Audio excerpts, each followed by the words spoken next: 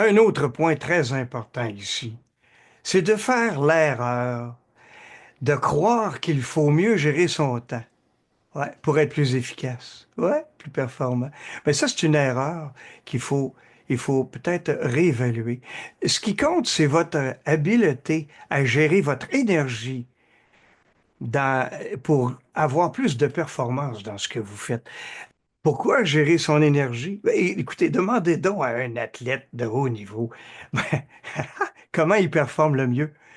Ben, il va vous répondre, ben, ça dépend de ma forme physique, ça dépend de ma disponibilité, mon mindset, ma disponibilité mentale, mon niveau d'énergie que je vais avoir durant la prestation qui va me donner un résultat. Et il ne vous parlera pas d'être d'une question de temps dans un calendrier ou un agenda. Non, l'humain, c'est pas un ordinateur. L'humain fonctionne pas avec une constance. Tout le temps avec une même performance. Il y a des cycles de performance, il y a des pics, il y a des baisses, il y a des hauts, il y a des bas. Puis il y a besoin de récupérer. Il y a un rythme on appelle circadien. Donc c'est un élément très important à retenir dans votre planification. Bon, que- ça c'est l'erreur classique que les gens font. Puis comment la contourner? Ben, c'est de pouvoir vous poser certaines questions quant à qui suis-je?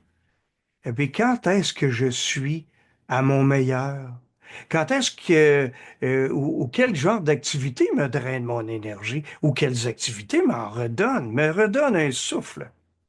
Donc, il existe dans votre agenda trois formes d'énergie à surveiller. La première, c'est l'énergie physique, donc elle est liée à votre sommeil, votre nutrition, votre activité physique. La seconde, c'est l'énergie mentale, votre capacité à rester concentré, d'où le besoin de comprendre comment vous fonctionnez et de vous garder du temps à vous-même pour vous concentrer, pour planifier, pour résoudre les problèmes, puis comprendre que votre fatigue va s'accumuler tout au cours de la journée parce que vous n'êtes pas une mécanique comme un ordinateur. Et l'autre point est l'élément énergie émotionnelle.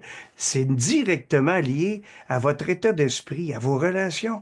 C'était votre état de motivation qui peut bouger durant la journée. Par exemple, un conflit qui est mal géré, ça peut vous drainer presque la totalité, voire 80% de votre focus. Donc, planifiez vos tâches importantes avec vos pics. C'est des éléments qui vont vous donner des, une clé d'optimisation de vos capacités. Ne pensez pas en fonction de remplir des trous dans un agenda. Ce sont vos micro-actions qui vont vous aider à conserver votre performance. En début de journée, quand je commence ma journée, moi, j'active mon corps avec des étirements, de la marche, du jogging, et ensuite je vais planifier dans mon agenda, comme je l'ai fait en début de journée, toujours quelques minutes, 90 minutes à 1 heure où je me concentre et je vais me donner une quinzaine de minutes de pause parce que j'ai besoin de me réénergiser. Il faut que je remplisse mon réservoir d'énergie.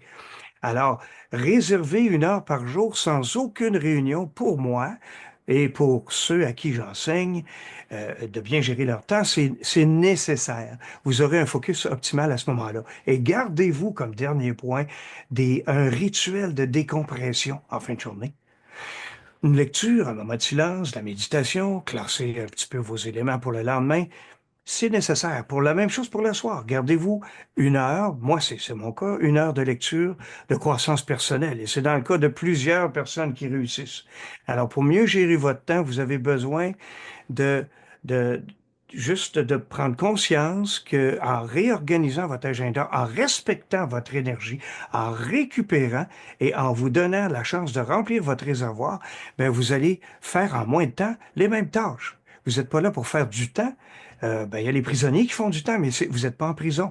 Imaginez si vous transposez cette méthode, cette façon de faire à toute votre équipe, toute la multiplication de vos capacités de productivité dans toute l'organisation qui va s'accroître à un rythme surprenant.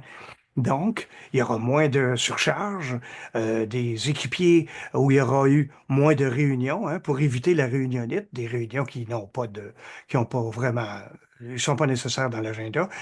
Beaucoup plus d'autonomie, des résultats qui sont vraiment tangibles, même au point de vue des états financiers, des personnes qui vont travailler avec plus d'intensité, plus de focus. une meilleure clarté d'esprit, puis beaucoup plus de vitalité. Donc, c'est à vous d'être le leader énergisé pour énergiser votre monde. Vous êtes le leader mobilisateur.